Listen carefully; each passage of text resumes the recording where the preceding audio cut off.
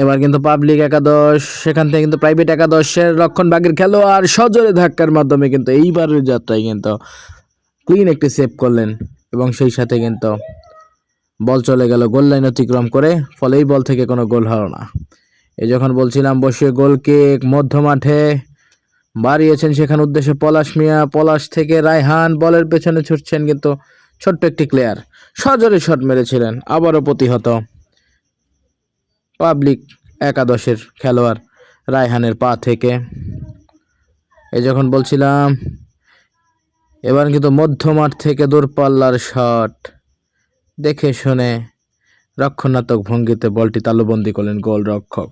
এবার কিন্তু গোল কিক মধ্য মাঠে, বল নিয়ে কিছুটা জটলা থেকে কিন্তু কাউন্টার অ্যাটাক, সেখানে মাসুদ মিয়া, মাসুদ থেকে রনি, রনি থেকে তাল্লুকদারকে দেওয়ার প্রচেষ্টা, কিন্তু না, সেখানে প্রস্তুত ছিলেন পাবলিক লিমিটেডের রক্ষণভাগের খেলোয়াড় এনামুল। এবার কিন্তু এনামুল আমরা দেখতে পাচ্ছি এনামুল রাখতে পারলেন না, উদ্দেশ্য ছিল তার সত্যিত রাকিব মিয়া, বলের পেছনে ছুটছেন, বল চলে গেল গোল লাইন অতিক্রম করে।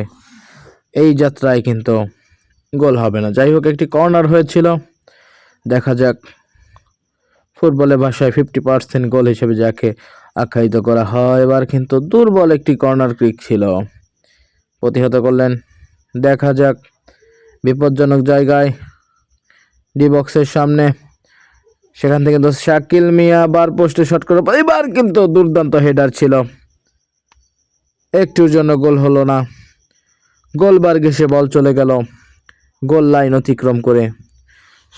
এই যখন বলছিলাম এবার কিন্তু মধ্য মাঠের খেলা চলছে, গুটি পায়ে আক্রমণের প্রচেষ্টায় পাবলিক একাদশ।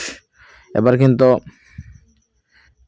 প্রাইভেট একাদশের প্লেয়ার দেখতে পাচ্ছি বল নিয়ে ড্রিবলিং করছিলেন পাবলিক একাদশে, শাকিল রাখতে পারলেন না, শাকিল থেকে মধু কিন্তু বল নিয়ে এগিয়ে যাচ্ছেন, তার সতীর্থ রায়হানকে দিয়েছেন, বলের পেছনে ছুটছেন, একটি ক্রস হওয়ার সম্ভাবনা, কিন্তু না, বলের সাথে সংযোগ ঘটাতে পারলেন না।